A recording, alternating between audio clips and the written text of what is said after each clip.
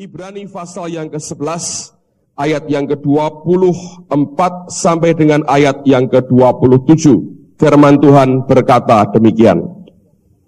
Karena iman, maka Musa setelah dewasa, Anda garis bawahi kata karena iman dan setelah dewasa. Ini dua kata kunci yang penting sekali buat kehidupan kita. Saya ulang lagi, karena iman, bukan karena yang lain, karena iman. Maka Musa, lalu kemudian ada saatnya, kapan itu? Setelah dewasa, menolak disebut anak putri Firaun. Karena ia lebih suka menderita sengsara dengan umat Allah daripada untuk sementara menikmati kesenangan dari dosa.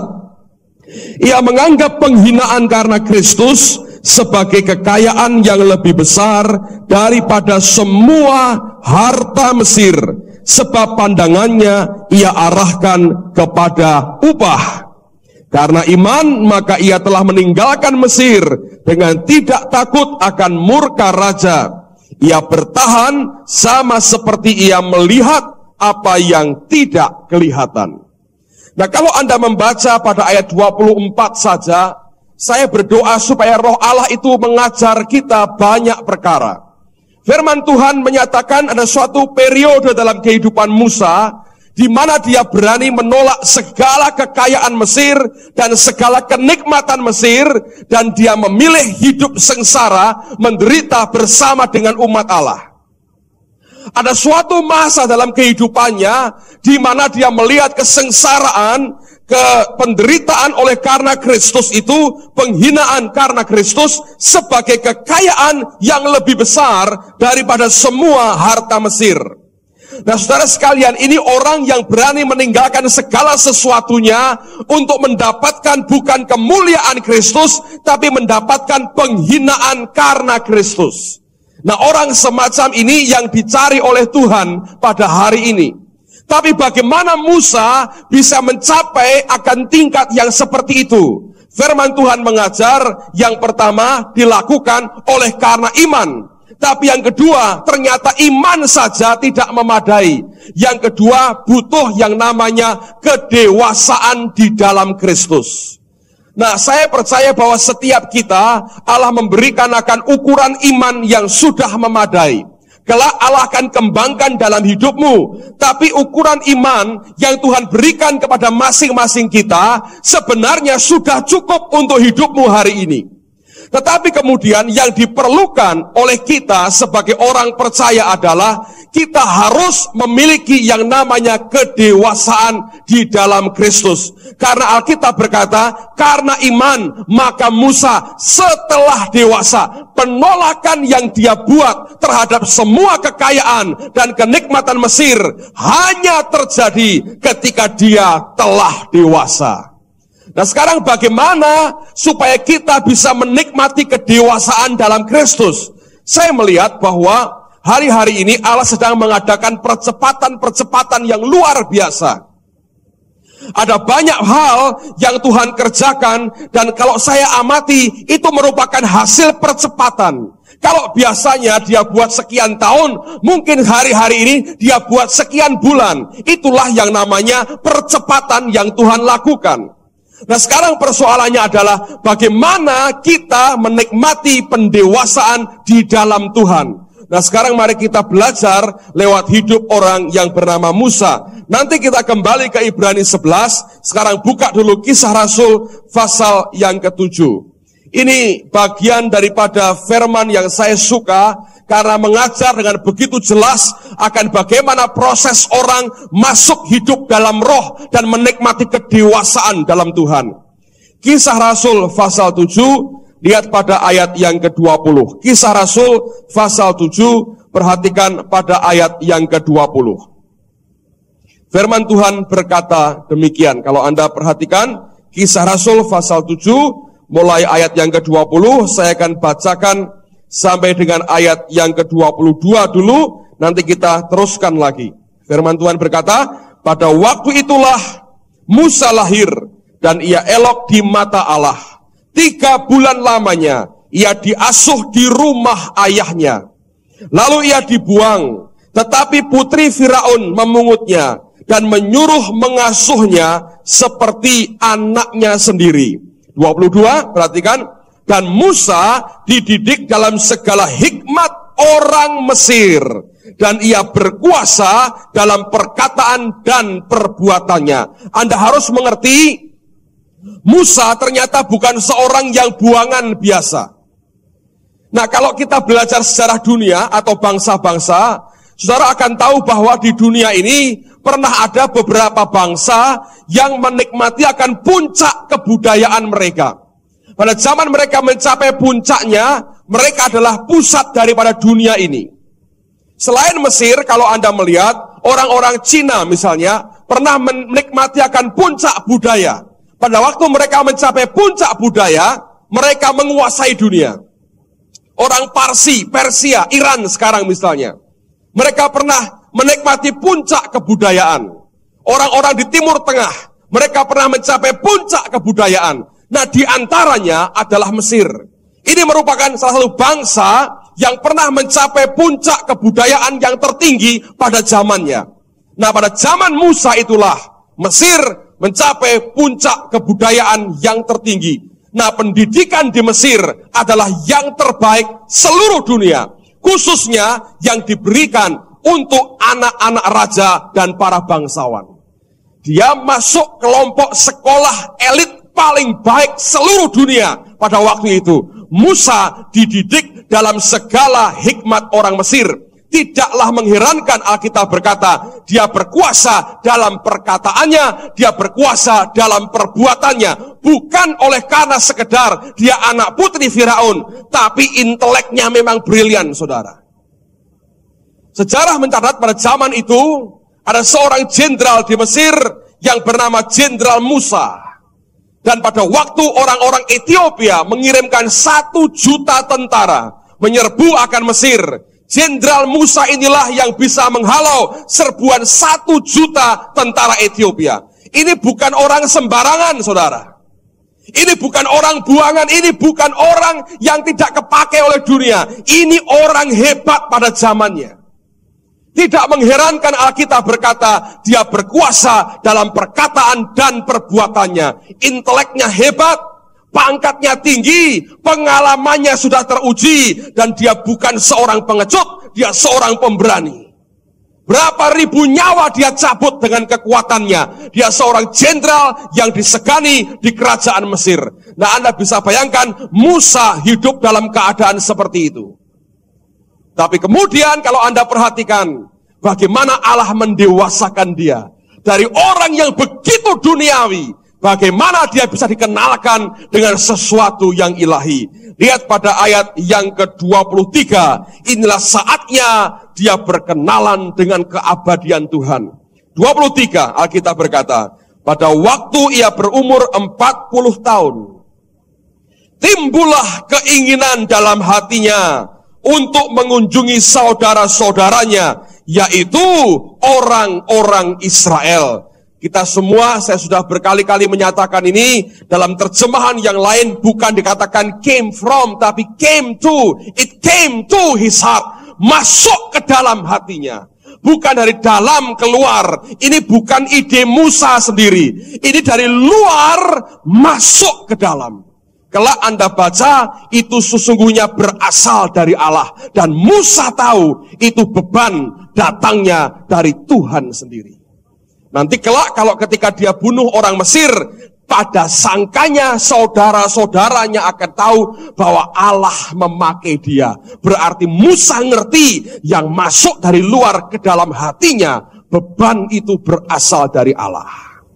Nah, proses pendewasaan di dalam Kristus terjadi, selalu terjadi, tidak pernah bisa. Selalu terjadi pada waktu seseorang itu mengalami yang namanya divine encounter. Pada waktu seseorang itu mengalami perjumpaan dengan Allah sendiri di dalam hidupnya. Sebagian Anda sudah mengalami, sebagian belum, bingung, tidak tahu. Tapi saya beritahu, kalau lahir barumu murni sungguh-sungguh, engkau sebenarnya mengalami divine encounter. Waktu hidupmu berbalik total, radikal. Waktu itulah sebenarnya engkau mengalami dalam rohmu perjumpaan dengan Allah sendiri. Beberapa orang mungkin mengalami perjumpaan secara fisik, tapi sebagian besar orang Kristen mengalami perjumpaan dengan Allah di dalam rohnya, yang membuat tiba-tiba hidupnya berbalik total dan radikal bagi dia.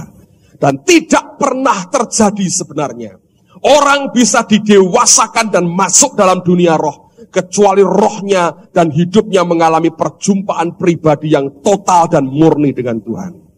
Anda bisa berkata saya bertemu Tuhan, kalau tidak membuat perubahan yang radikal, Anda bohong besar sebetulnya. Itu hanya halusinasi dan tipu daya imajinasimu sebenarnya. Orang bertemu dengan Tuhan radikal hidupnya, berubahnya cepat sekali. Dari orang yang tidak peduli saudaranya, dari orang yang menikmati pangkat dan kenikmatan Mesir, tiba-tiba berbalik melihat orang yang di bawah yang menderita. Kalau bukan Tuhan tidak pernah bisa, saudara. Saya mau katakan buat saudara, kenapa hari-hari ini Tuhan menyatakan hadiratnya begitu luar biasa? Kenapa hari-hari ini Allah itu memberikan kepada kita, membuat kita mencicipi Dia dengan begitu ajaib? Kenapa Allah memberikan atmosfer yang begitu indah di tengah-tengah umatnya supaya kita bisa merasakan akan hadiratnya? Kenapa Dia buat itu? Supaya makin banyak orang mengalami perjumpaan dengan Dia sendiri. Karena itu sumbernya, saudara. Kemarin kami melayani di gereja baptis. Ini persekutuan kebaktian kebangunan rohani gabungan dari penyelenggaranya Baptis Meranggen. Anda tahu tempatnya? Mereka pinjam di Pelamongan Indah, Majapahit, perumahan. Bukan di gedung begini, saudara. Itu mungkin ruang pameran, saya nggak tahu ya. Karena ruangan yang mereka punya dari kantor itu katanya kecil. Sedang yang datang kira-kira cukup banyak kemarin. Lalu mereka dipinjami tempat yang menurut saya itu belum pernah saya buat seperti itu. Dulu kita beberapa kali KKR di lapangan terbuka, tapi Anda mengerti dulu tidak ada manifestasi roh Allah seperti yang kita lihat sekarang. Dan mereka minta dibuat KKR, karena pada waktu beberapa bulan lalu, saya melayani mereka, roh Tuhan menjamah mereka indah sekali. Ada seorang istri gembala sidang yang disembuhkan dari berbagai macam penyakitnya. Kacamatanya itu langsung dilepas. Begitu dia mengalami jamahan Tuhan, begitu dia hari berikutnya bangun pakai kacamata pusing. Ketika dilepas kacamatanya dia malah baik. Diperiksakan akhirnya itu minusnya hilang, saudara. Dilepas kacamatanya, tumor di kandungannya hilang, segala macam penyakitnya sembuh. Dan kebaktian di gerejanya sekarang pakai bahasa roh. Lalu gembalanya kemarin datang kepada saya dan dia ngaku, dia berkata, saya dulu waktu datang pertama kali Pak, saya berkata Tuhan aku perlu kesegaran, tapi aku ini orangnya keras hati. Saya berkata bukan keras hati, sombong itu namanya. Dia berkata saya nggak mau maju ke depan, saya di belakang, tapi Tuhan jamah saya, ya karena Tuhan baik. Tapi itu bukan cuma keras, itu sombong, dia berkata. Lalu dia berkata kami mengalami akan anugerah Tuhan. Lalu mereka buat lagi kemarin. Itu tempatnya saudara, ada atapnya dari asbes, ada tiang-tiangnya, tapi nggak ada temboknya. Dari kanan kiri itu rumah penduduk. Anda bisa bayangkan itu kompleks perumahan, saudara. Yang datang mulai banyak, saya bilang, saya mikir begini, ini kalau nanti ada orang teriak-teriak, muntah-muntah, gulung-gulung, ketawa-ketawa, ini tetangga mikirnya apa? Cuman sisi yang lain saya berkata, aku sudah di tengah-tengah mereka, saya mau pulang juga lucu, saudara. Semua teman-teman sudah siap, saya hanya mikir. Dari sore saya melihat cari-cari Tuhan, nggak ada firman. Jadi saya tutup Alkitab saya tanya teman-teman, ada yang dapat firman nggak? Mereka semua bilang, tidak, langsung saudara. Langsung tidak, gitu. Jadi akhirnya saya berdoa lagi dengan Tuhan, saya ngobrol dengan pendetanya. Dari itu saya tahu apa yang harus saya sampaikan. Lalu kemudian saudara, kebaktian dimulai, Victor mimpin puji-pujian. Mereka sewa sound system gede-gede kanan kiri, saudara. Anda bisa bayangkan, saya noleh ke depan itu, di belakang dijaga, ada polisinya 2, tentaranya 2, satpamnya 2, komplit 6222, saudara. Jadi komplit jaga di situ. Jadi saya pikir, waduh ini sudah ada. Nanti kalau rame, apa yang terjadi? Kira-kira apa yang mereka pikirkan ya? Saya nggak tahu apa yang terjadi. Tapi saya merasa bahwa memang waktunya orang Kristen diajar kenal dengan Roh Kudus, sampai bisa salaman dan mengalami divine encounter, sampai ada perubahan yang radikal dari hidupnya. Lalu saya sampaikan firman, saya sampaikan dengan sederhana sebetulnya, saya tidak teriak-teriak, saya sampaikan, saya tahu ini suara cukup keras, sehingga saya pikir nanti akan menimbulkan keributan di sekitar. Saya sampaikan dengan tenang, saya sampaikan dengan biasa. Tapi Tuhan kalau mau diatur, tidak bisa diatur. Anda yang harus diatur Tuhan. Amen, saudaraku. Selesai itu, saya bilang, siapa mau maju ke depan? Saya sudah mikir, Tuhan apa yang harus aku buat? Siapa yang mau maju ke depan? Hampir separuh lebih maju ke depan. Saya belum berdoa, yang dapat doa, wah, wah, wah, muntah-muntah, gulung, ketawa-ketawa. Saya bilang, nah, belai gue. Akhirnya orang-orang di rumah itu keluar semua, Anda bisa bayangin. Saya memang pegang mic depan, beberapa mic, kalau Anda teriak, itu masuk. Dan masuknya, itu ada loudspeakernya, keluar itu. Saudara mau KKR begitu, saya belum pernah buat yang begitu. Dulu KKR lapangan terbuka, ya oke lah orang maju ke depan, paling nangis ke depan. Tapi ini teriak, ketawa, lompat-lompat, joget, menari sampai keluar. Itu anak kecil pada gerubung di sampingnya, saudara. Ada satu ibu tarian keluar nari-narinya kayak orang mabuk begitu. Dekatkan anak, bubar semua anak-anaknya. Anda bisa bayangin saya, waduh saya bilang ini luar biasa ini. Anda bisa bayangin kalau yang biasa kita lihat di gereja, tiba-tiba di lapangan terbuka, ditonton orang begitu banyak. Dan pada waktu itu saya bilang, Tuhan, gua selesai aja lah. Roh Kudus bilang tidak. Doa itu tumpangi tangan mereka. Jadi saya akan turun lagi, saya tumpangi tangan. Tapi roh Tuhan kerja luar biasa. Kenapa dia buat itu, saudara? 4 gabungan, saudara. Gembalanya datang semua. Bayangin. Yang terakhir baru bisa bangun, yang terakhir itu istri gembala sidangnya. Kata wah, di bawah. Setelah beberapa lama nggak bangun-bangun, suaminya datang. Saya tahu ini pendeta. Pak, itu istri saya. Oh iya, nggak apa-apa. Saya bilang, tungguin aja. Saya berkata gitu. Teriak-teriak. Nah, lantainya bukan keramik, bukan karpet, saudara. Kalau ini kan ada underlayernya. Anda jatuh pun nggak akan benjut sekarang, saudara. Sudah didesain anti benjut kalau yang di sini. Tapi yang di sana itu bawahnya apa? Paving block. Kalau geblak itu apa yang terjadi? Kita nggak banyak orang berangkat, saudara. Akhirnya saya bilang, gembala-gembala sidangnya, bantuin sembahyang. Tapi saya lihat Tuhan itu ajaib. Ini gembalanya bilang, dulu saya fanatik, Pak. Saya tahu dia dulu nentang-nentang saya kok. Di luaran gini-gini kok. Saya tahu, saudara. Nyonya sendiri sembuh, saudara. Saya bilang, lihat Tuhan itu luar biasa. Dia bolak-balik, bongkar orang kayak begitu. Untuk apa sebetulnya? Saya bilang. Sebetulnya supaya membuat kita tahu bahwa dia Allah yang hidup dan fokusnya harus ke Tuhan sendiri. Saya nggak ngapa-ngapain kok, teman-teman. Teriak-teriak sendiri.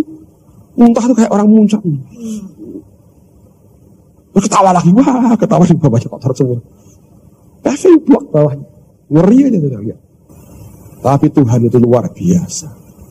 Amen, saudara. Menurut saya ini bagian dari rencana Tuhan. Ntar saya cerita detailnya.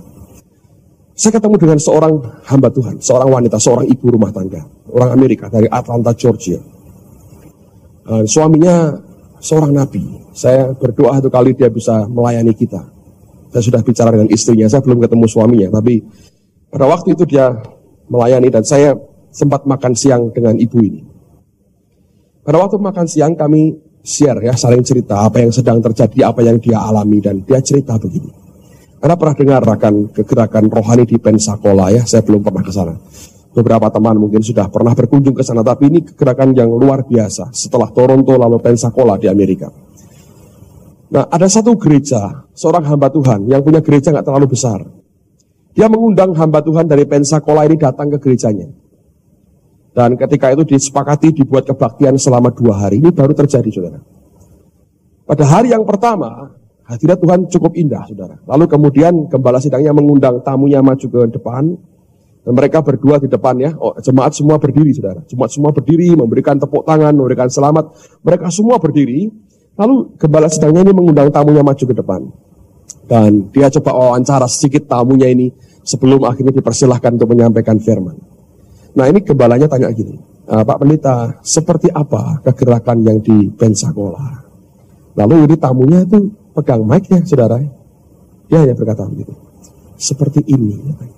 Ya, waktu dia berkata begini itu separuh itu rubuh. Itu baru hari pertama. Nah, yang paling hebat terjadi hari berikutnya, saudara. Hari kedua, pada waktu itu hadirat Allah begitu tebal, sekitar mimbar. Lalu kemudian gembalanya berkata, sekarang bagianmu nyampaikan firman. Nggak berani. Jadi tamunya ini nggak berani. Dia bilang apa? Kamu tahu, ini terlalu kuat di mimbar. Ini sudah urusan Tuhan. Aku nggak ada urusan lagi dengan kebaktian hari ini. Ini Tuhan, biarkan Tuhan sendiri. Nah, gembalanya nggak ngerti, saudara. Dipikir, kok nggak mau khotbah? Manggal ya, saudara. Ini jemaatku sudah begitu banyak datang. Kok dia nggak mau naik mimbar? Ayo toh, aku nggak berani. Ini terlalu kuat. Lalu ini tamunya sungkan ngomong, ya sudah. Kalau kamu mau melayani, kamu maju duluan. Mungkin nanti belakangan baru saya. Diomongin begitu, ini gembala nggak ngerti apa-apa. Maju, saudara. Dia bawa Alkitab, mau khotbah. Dia maju. Dia ngerti ada hadirat Tuhan. Tapi ini orang ini nggak pernah ketemu dengan dia. Saudara tahu apa yang terjadi? Lalu dia bawa Alkitabnya, dia taruh di mimbar, saudara. Dia mau baru buka satu ayat, dia baru baca. Dia baru baca. Tahu apa yang terjadi? Ini mimbar bisa pecah jadi dua. Meledak, saudara. Sebagian menghantam dia. Kepelanting. 2 jam nggak bisa bangun, saudara. Seluruh jemaat diberkati. Pertobatan massal terjadi. Mimbar pecah. Hari berikutnya, ini pendeta masih nggak percaya. Dibawa ke tukang reparasi mimbar kayak begini. Ditanyain sama ahlinya. Ini cara nyambungnya gimana? Dia bilang, ini kamu apain? Pecah katanya. Dia bilang, ini bukan tangan manusia. Nggak bisa manusia mecah seperti ini. Tidak bisa. Anda bisa bayangin, mimbar bisa pecah. Untuk apa Tuhan buat begitu? Ini belum apa-apa. Salomon habiskan bait Allah, imamnya nggak tahan berdiri. Orang jatuh biasa. Karena nggak tahan berdiri di dalam hadiratnya. Nah, orang yang tidak pernah kenal dengan Tuhan, semua dirasionalisasikan dengan otaknya. Saya bilang, nggak ada gunanya. Ciptaan tidak pernah bisa memahami total penciptanya. Terlalu luar biasa. Tapi kedewasaan dalam Tuhan diperlukan untuk orang mengalami yang namanya divine encounter. Anda mengalami Tuhan dalam hidupmu. Saudara punya pengalaman dengan Allah sendiri dalam kehidupan saudara. Dan tidak ada alternatif lain. Itu cara yang paling luar biasa. Yang Allah akan introduce, Allah akan perkenalkan kepada saudara. Amen, saudara. Ini zamannya menurut saya. Orang-orang percaya berkenalan dengan Tuhan sendiri. Ayat 23, saya bacakan ulang. Anda lihat lagi, pada waktu ia berumur 40 tahun, timbullah keinginan dalam hatinya untuk mengunjungi saudara-saudaranya, yaitu orang-orang Israel. Lihat, Musa mulai berurusan dengan Allah. Tapi ayat berikutnya Anda langsung lihat akan kegagalannya. Karena sebenarnya hidup dengan Tuhan itu, kita perlu penyesuaian besar-besaran dan total dalam hidup kita. 24. Ketika itu ia melihat seorang dianiaya oleh seorang Mesir, lalu ia menolong dan membela orang itu dengan membunuh orang Mesir itu.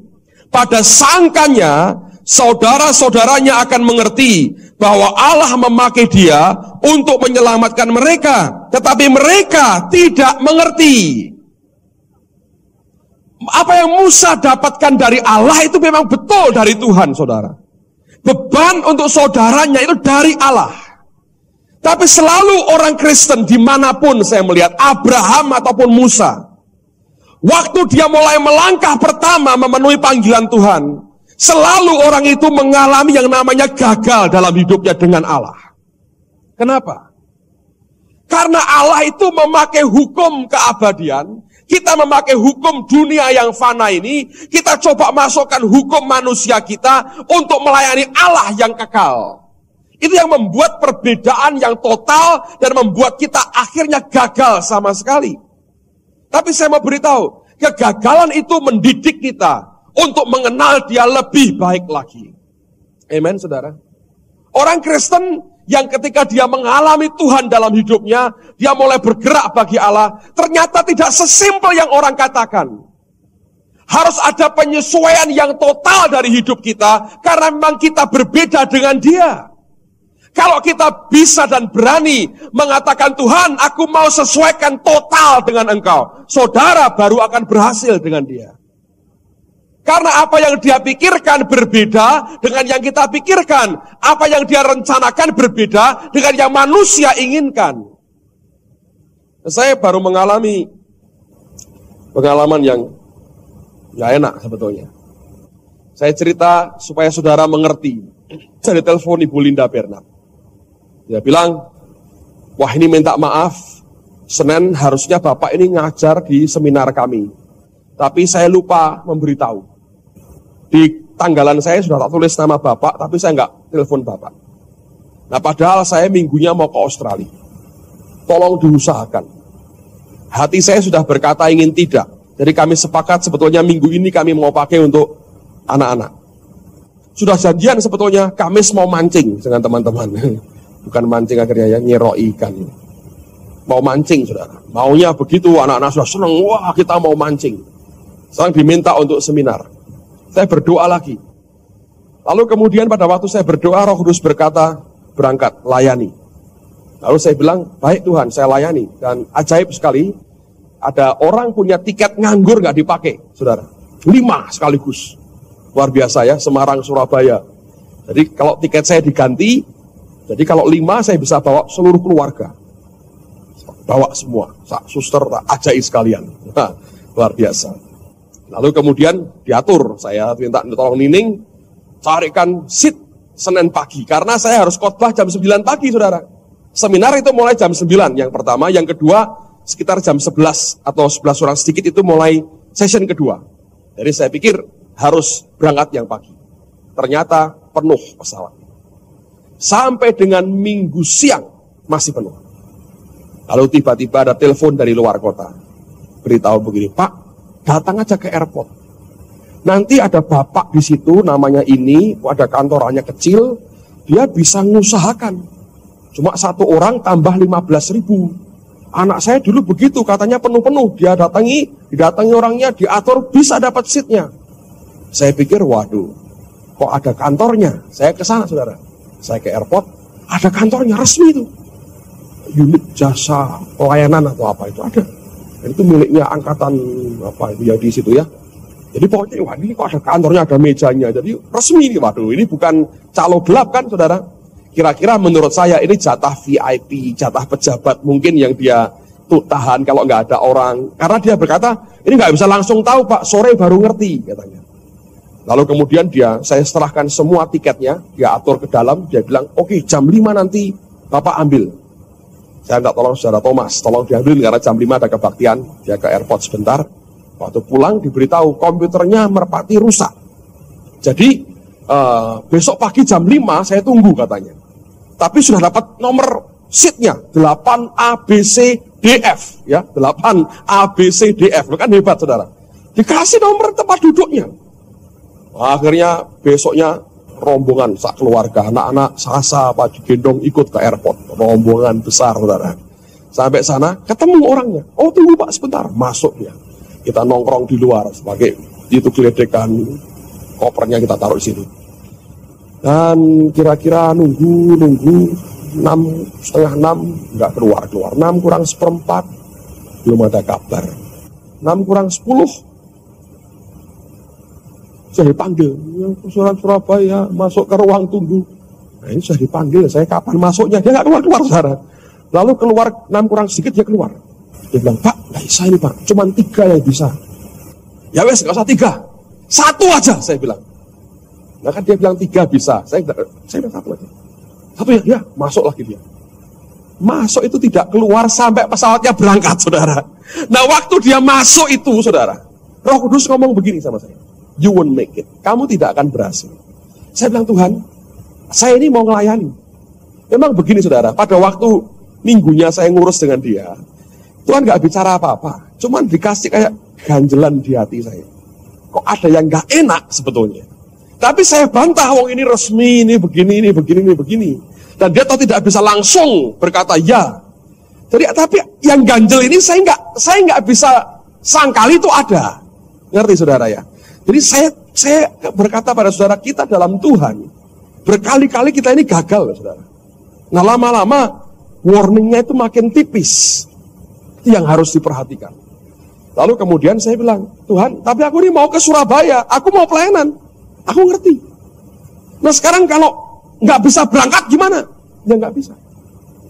Nah sekarang aku ini mesti khotbah Tuhan, gimana nanti anak-anakmu di Surabaya? Tuhan bilang, aku nanti yang ngurus mereka. Tapi sekarang aku lagi ngurus hatimu. Aku lebih concern, aku lebih perhatian, hatimu benar di hadapanku daripada pelayanan-pelayanan itu. Untuk apa engkau bisa berikan, lakukan semua, tapi hatimu tidak benar di hadapanku. Dan waktu Tuhan berkata begitu, ada templaan Roh Kudus. Saya belajar, saudara, dengerin baik-baik. Tuhan lebih peduli dengan hati kita daripada pelayanan kita. Nggak percaya? Coba buka kitab Mika. Kemarin saya bacakan di Ungaran, ini ayat memberkati luar biasa. Nanti kita balik ya. Mika pasal yang ke-6. Mulai ayat yang ke-6. Mika pasal 6, mulai ayat yang ke-6. Mika pasal 6, ayat yang ke-6. Dengan apakah aku akan pergi menghadap Tuhan dan tunduk menyembah kepada Allah yang di tempat tinggi? Akan pergikah aku menghadap Dia dengan korban bakaran, dengan anak lembu berumur setahun? Berkenankah Tuhan kepada ribuan domba jantan, kepada puluhan ribu curahan minyak?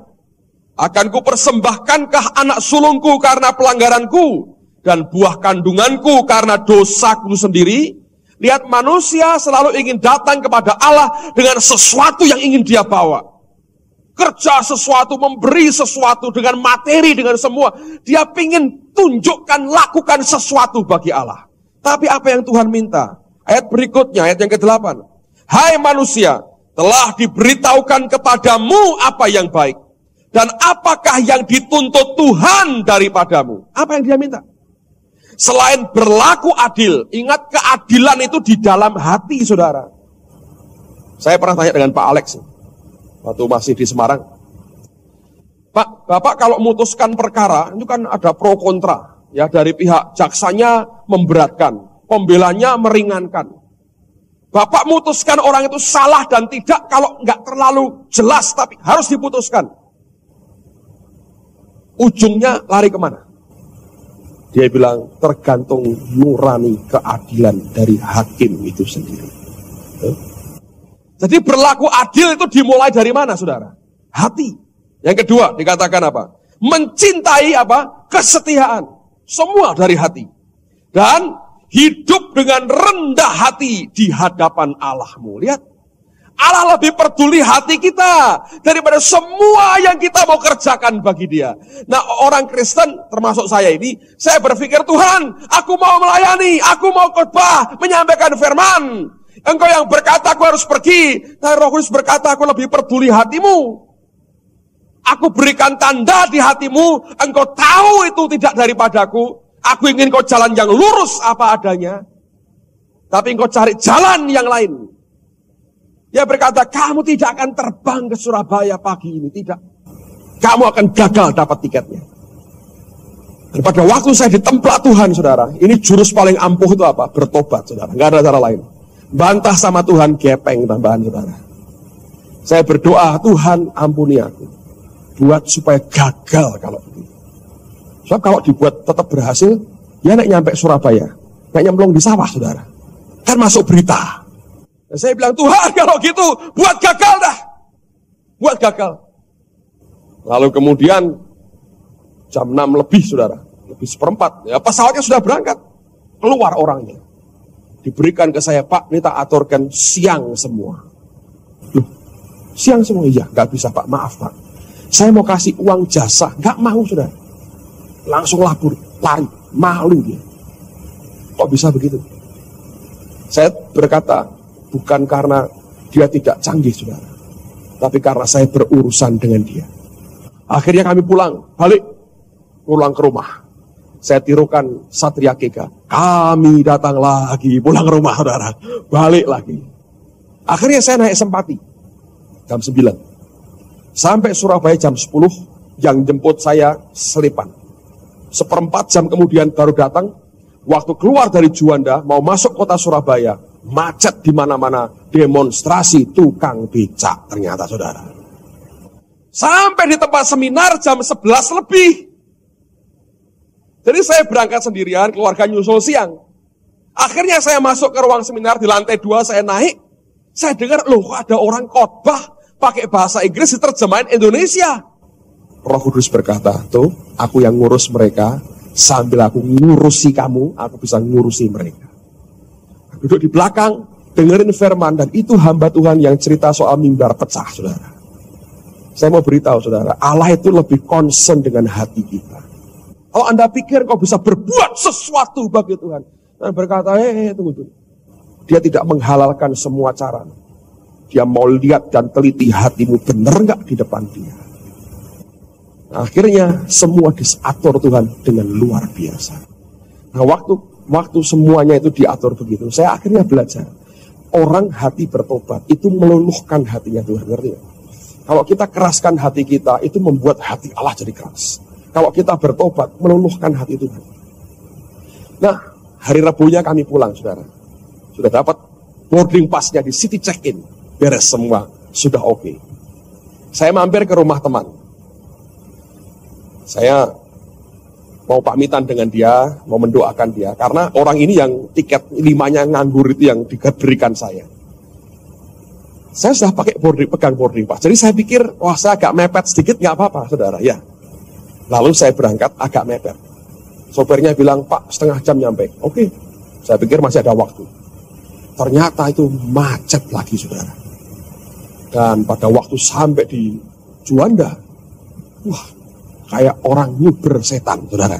Bukan diuber setan, nguber setan. Loh, kok baru datang sekarang, Pak? Sudah mau berangkat pesawatnya, ini sudah boarding dari tadi. Masuk dalam bawa koper gede-gede, saudara. Larikan sampai ke parkirnya pesawat. Pas sampai sana, sudah mundur pesawatnya. Ketinggalan pesawat, saudara. Waduh, saya bilang, ini repot, ini perjalanan kok bolak-balik kayak begini. Lalu akhirnya kami balik, saudara. Balik, saya beritahu teman saya, aku ini ketinggalan pesawat. Wah, puji Tuhan, sudah jatahmu. Katanya, loh, kenapa? Karena dia sebelum kami berangkat, dia ngomong begini, mau coba lah, 1-2 hari lagi, kamu ntar tak pindah hotel yang bagus, katanya gitu. Saya bilang, ya lain kali kamu bayari saya bilang gitu. Dan pada waktu kami balik, saudara, akhirnya dia bilang, wah jatahmu. Akhirnya mau pulang Kamis gak bisa, penuh semua. Yang ada Jumat. Dan kami nginep 2 malam di Shangri-La Hotel, saudara. Relax sebentar, istirahat. Dan anugerah Tuhan diberi. Oh, Tuhan itu baik, saudara. Ya, hatimu baik, gampang bertobat, dikasih bonus. Sekalipun harus ngejar pesawat lari-lari. Gak apa-apa, saudara. Saya mau beritahu, saudara, Allah itu baik. Nginep di sana mahal. Kalau bayar sendiri mungkin belum tega sekarang, saudara. Kami diberi 2 kamar yang connecting. Jadi keluarga kami ini kalau tidur bangun 500 juta. Tidur lagi, bangun lagi 500 juta lagi. Tegel, saudara. Tidur, ngorok, bentar, bangun 500 juta. Tegel, saudara. Tapi Tuhan itu kadang-kadang tegel sama kita, dikasih yang begitu. Baik ya, saudara ya. Luar biasa. Bukankah dia Allah yang luar biasa? Amen, saudara. Hati-hati aja. Saya tahu ada beberapa orang sedang tawar-menawar dengan Tuhan. Ini Tuhan baru ngomong sama saya. Engkau sedang mengutarakan dalil-dalil dan hukum dan alasanmu dengan Tuhan. Tapi saya beritahu dia sedang berbicara. Ketika Anda dengar kesaksian saya, Roh Kudus berkata, tuh dengerin, disenggol-senggol hatimu. Saya beritahu, lepasin semua dalilmu, saudara, dan bertobat kepada Tuhan. Karena sebetulnya engkau tahu Tuhan tidak mau itu. Tapi engkau sedang punya alasan, argumenmu sedang banyak. Kan bisa begini, semua untuk Tuhan. Tuhan berkata, bohong lu katanya. Kamu sebetulnya ingin untuk dirimu sendiri. Anda mengerti? Bahkan saya terus terang saya berkata, Tuhan kalau aku berangkat Surabaya ini bukan karena aku ini rela hati. Aku memang mau melayani. Tapi apa yang kelihatannya baik, kalau hati kita, cara kita tidak benar. Saya mau beritahu saudara, itu juga bukan dari Tuhan. Saya sering kali belajar, Tuhan itu kadang-kadang caranya itu bukan cara yang simpel dan murah. Kadang-kadang dia mau cara-cara yang mahal. Saya beri contoh, saudara. Ini ada peraturan sebetulnya. Kalau Anda ini hamba Tuhan ya, Anda mau keluar negeri, Anda bisa minta surat dari Departemen Agama, Anda bebas fiskal. Nah, fiskal itu pajak luar negeri, setiap orang sekali pergi 250.000. Kalau Anda pergi berdua, 500.000. Bayar pajak aja ke luar negeri. Nah, saya ini berkali-kali ngurus itu, berhasil. Mungkin sudah 4 kali. Jadi, bayangin, beberapa kali pergi dengan istri, berdua, 500.000 itu kan safe. Ditabung lagi bisa, nggak usah keluar. Setelah beberapa kali, Roh Kudus berkata begini, Yesus saja bayar pajak kok. Kamu nggak bayar pajak katanya. Yesus bayar pajak. Sejak itu nggak berani lagi. Saya bayar sampai sekarang. Saya pergi bayar. Loh, kenapa kok bayar? Yesus bayar pajak. Anak-anaknya bayar pajak semua. Amen, saudara. Suruh bayar pajak, dibayar. Supaya jangan jadi batu sandungan bagi orang lain. Mari kita belajar. Nah, sekarang mari kita lihat lebih jauh. Apa yang membuat sebetulnya Musa itu gagal? Nah, lihat dulu Keluaran pasal yang kedua. Ini juga jadi problem buat banyak orang Kristen. Keluaran pasal 2, ayat 11 dan ayat yang ke-12. Saya akan tunjukkan kepada saudara, apa yang membuat Musa itu kok gagal. Kenapa dia, cirinya apa? Apa yang membuat dia sebetulnya gagal? Ayat berikutnya. Ayat 11, pada waktu itu ketika Musa telah dewasa, ia keluar mendapatkan saudara-saudaranya untuk melihat kerja paksa mereka. Lalu dilihatnya orang Mesir memukul orang Ibrani, seorang dari saudara-saudaranya itu. Ia, ayat 12, menoleh kemana? Ke sana sini, dan ketika dilihatnya tidak ada orang, dibunuhnya orang Mesir itu, dan disembunyikannya mayatnya dalam pasir. Nah, orang ini membuktikan sebetulnya. Dengar baik-baik. Kedewasaan yang Tuhan berikan buat kita, yang pertama, Dia akan kenalkan dirinya kepada kita. Engkau mengalami perjumpaan dengan Tuhan. Tapi yang kedua, saudara akan dihadapkan kepada keadaan yang menjepit saudara, sampai akhirnya engkau harus membuat keputusan. Nah, kedewasaan itu harus melewati keputusan kita sendiri. Musa ketika dia belum dewasa rohnya, waktu dia dapat beban dari Allah, dia kerjakan dengan kekuatannya. Lalu waktu dia mau bunuh orang Mesir, nah ini tandanya. Tanda kalau orang belum dewasa, yang pertama, dia lakukan sesuatu setelah dia noleh kanan, noleh kiri, ke sana, ke sini, saudara. Kalau matamu belum tertuju Yesus total, itu sebetulnya masih, bahasa Jawanya, biayaan sedikit, saudara. Kanan kiri, begitu. Itu sebetulnya engkau sebetulnya tidak ada iman. Yang kedua, kenapa dia noleh sana sini? Supaya tidak ketahuan. Kenapa begitu? Karena sebetulnya waktu dia bunuh orang Mesir, dia masih belum rela kehilangan Mesir. Kalau konangan kan dia dihukum raja, ya kan? Jadi dia mau begini, pangkat gua masih suka, kekayaannya gua masih suka, gajinya masih suka Mesir, kenikmatannya aku masih suka, rohnya sudah mulai berkata, ada beban dari Tuhan nolong orang Ibrani. Nah, banyak orang Kristen kompromi di tengah-tengah kayak Musa. Noleh kanan, noleh kiri, dia bunuh, dia timbun di pasir, lalu pulang jadi jenderal pangeran Musa lagi. Nikmati kekayaan, gaji dari raja, hormat dari orang banyak, tapi hatiku berkata, aku sudah tolong orang Ibrani. Berapa banyak orang-orang Kristen yang sebetulnya masih kompromi seperti itu. Yang dia lakukan adalah kompromi supaya nikmatnya dunia tidak hilang, tapi panggilan roh itu terpenuhi. Akhirnya apa? Rusak nggak hidupnya? Rusak, saudara. Apakah itu berguna? Sama sekali tidak. Kelihatannya satu hari itu bermanfaat. Dia berkata, wah lega, rohku memenuhi panggilan Tuhan, dan aku masih menikmati Mesir. Selama engkau belum dewasa, engkau tidak pernah berani berkata, aku tinggalkan Mesir. Nah, apa yang Tuhan buat untuk membuat dia dewasa? Lihat lagi Kisah Rasul pasal yang ke-7. Balik lagi ke sana. Apa yang terjadi kemudian setelah itu? Kisah Rasul pasal yang ke-7, ayat yang ke-26. Kita teruskan lagi tadi apa yang sudah kita baca. Kisah Rasul pasal 7 ayat 26. Pada keesokan harinya ia muncul pula ketika dua orang Israel sedang berkelahi. Lalu ia berusaha mendamaikan mereka, katanya, saudara-saudara, bukankah kamu ini bersaudara? Mengapakah kamu saling menganiaya? Tetapi orang yang berbuat salah kepada temannya itu menolak Musa dan berkata, siapakah yang mengangkat engkau menjadi pemimpin dan hakim atas kami?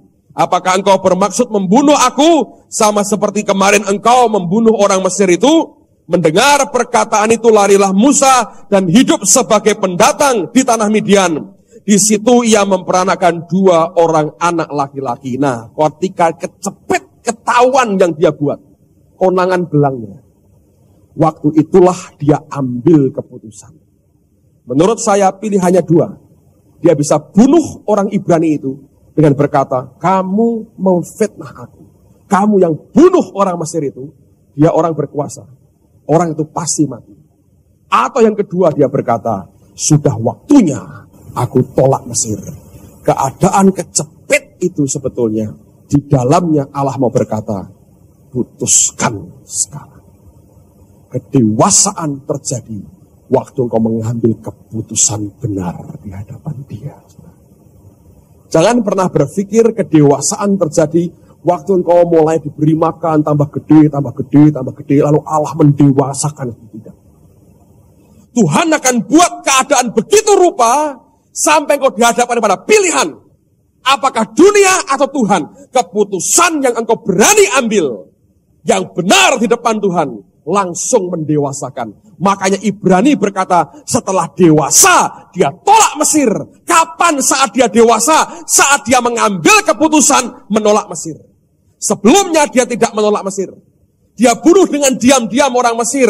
Dia toleh sana sini supaya orang Mesir tidak tahu. Tidak ada orang ngerti dia bunuh orang Mesir. Tapi pada waktu dia dicepit oleh Allah, dalam keadaan seperti itu, ditolak bangsanya, kecepit dia harus buat keputusan. Dan waktu dia buat keputusan, aku tinggalkan Mesir. Pada waktu itu sebenarnya dia didewasakan oleh Allah.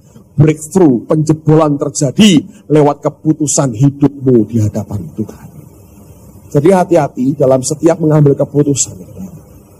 Karena seringkali itu merupakan breakthrough yang luar biasa. Kalau engkau putuskan benar di hadapan Tuhan. Ayat yang terakhir, mari lihat Yesaya pasal yang ke-26. Kenapa Tuhan itu buat kita seringkali kejepit dengan semuanya? Yesaya 26. Perhatikan pada ayat yang ke-9 dan ayat yang ke-10. Anda garis bawahi betul akan ayat-ayat ini ayat yang akan membuat kita sadar apa yang Dia kerjakan itu luar biasa. Yesaya 26 ayat 9 dan ayat yang ke-10. Dengan segenap jiwa aku merindukan engkau pada waktu malam. Juga dengan sepenuh hati aku mencari engkau pada waktu pagi. Bukan hanya sepenuh hati tapi dengan segenap rohku, kata pemazmur. Aku mencari engkau pada waktu pagi. Sebab apabila engkau datang menghakimi bumi, maka penduduk dunia akan belajar apa yang benar. Seandainya orang fasik dikasihani, ia tidak akan belajar apa yang benar. Ia akan berbuat curang di negeri yang dimana hukum berlaku dan tidak akan melihat kemuliaan Tuhan. Kalau kita mengalami penghakiman Tuhan, kalau kita mengalami semua hajaran, dijepit dengan keadaan, saya mau beritahu saudara, supaya kita belajar tentang apa yang benar. Pendewasaan terjadi, saya ulang lagi, waktu engkau mengalami perjumpaan dengan Tuhan. Engkau mengalami kenyataan Dia Allah yang luar biasa. Hatimu ditarik kepada Dia. Lalu kemudian engkau akan dibawa kepada suatu kenyataan. Engkau mengalami beberapa kali kegagalan dengan Allah. Lalu Dia jepit engkau dalam keadaan. Dan engkau harus ambil keputusan. Waktu engkau ambil keputusan. Dan yang engkau ambil itu benar. Tiba-tiba engkau naik dan engkau tambah dewasa di dalam Dia, saudara. Yang terakhir sekali, mari kita lihat Roma pasal yang ke-8. Roma pasal yang ke-8 ayat yang ke-14. Kalau kita akan berdoa bersama-sama. Roma 8 ayat yang ke-14. Semua orang yang dipimpin roh Allah adalah siapa? anak Allah. Kata anak dari kata Yunani huios, artinya anak yang dewasa. Kalau Anda ingin didewasakan, maka engkau akan jadi orang-orang yang dipimpin oleh Roh Allah sendiri. Amen, saudara. Saya mau ajak kita naikkan sebuah pujian. Saya suka dengan lagu ini, karena ini merupakan doa yang benar. Ajar aku mengerti akan kehendak-Mu dan rencana-Mu. Ini merupakan doa, saudara. Dengerin baik-baik. Seringkali kita tidak bisa mengerti kan rencana Tuhan. Makanya kita minta Tuhan mengajari kita. Dan waktu engkau mengalami Tuhan dalam hidupmu, saudara akan mengerti segala rencananya.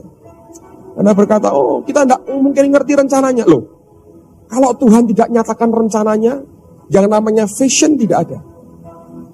Kalau gitu, nggak ada dong. Visi itu apa? Visi itu adalah apa yang ke depan yang Tuhan akan diberikan buat kita. Amen. Kamu mau bawa, kamu apa visimu? Visi itu artinya yang kau lihat itu apa?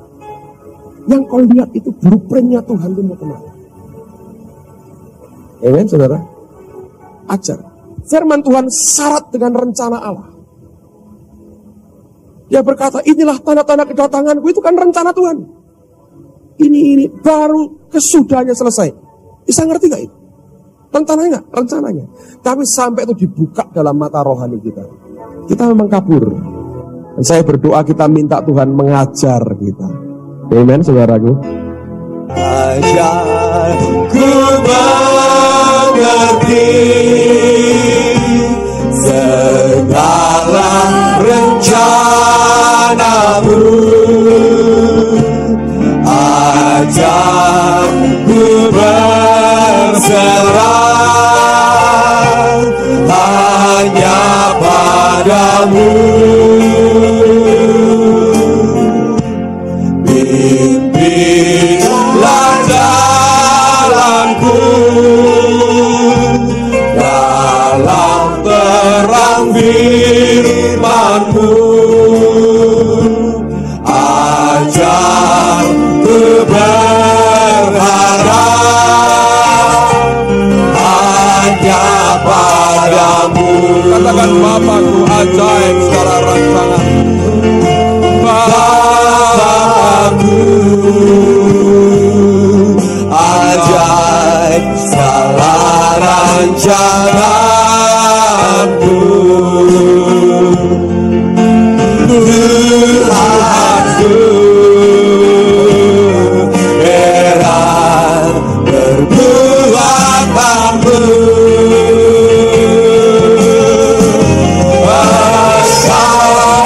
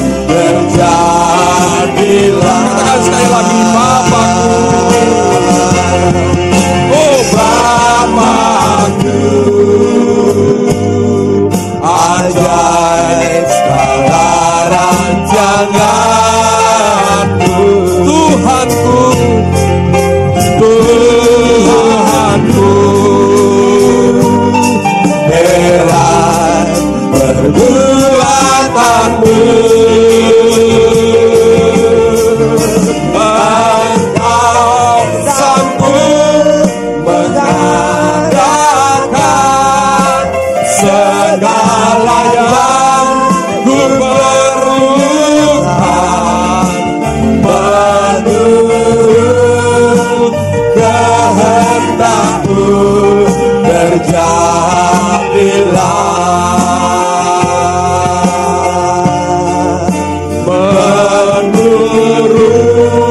kehendak-Mu terjadilah.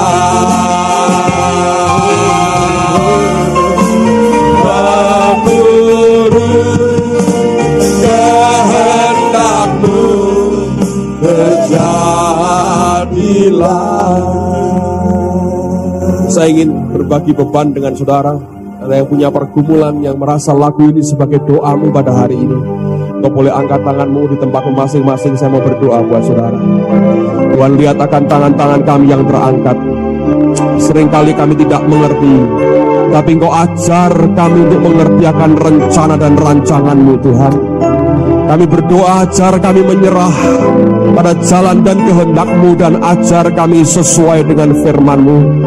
Kami sehati sebagai umat-Mu, kami sehati berdoa di dalam nama Tuhan Yesus. Oh, Engkau Allah yang luar biasa, Engkau Allah yang baik.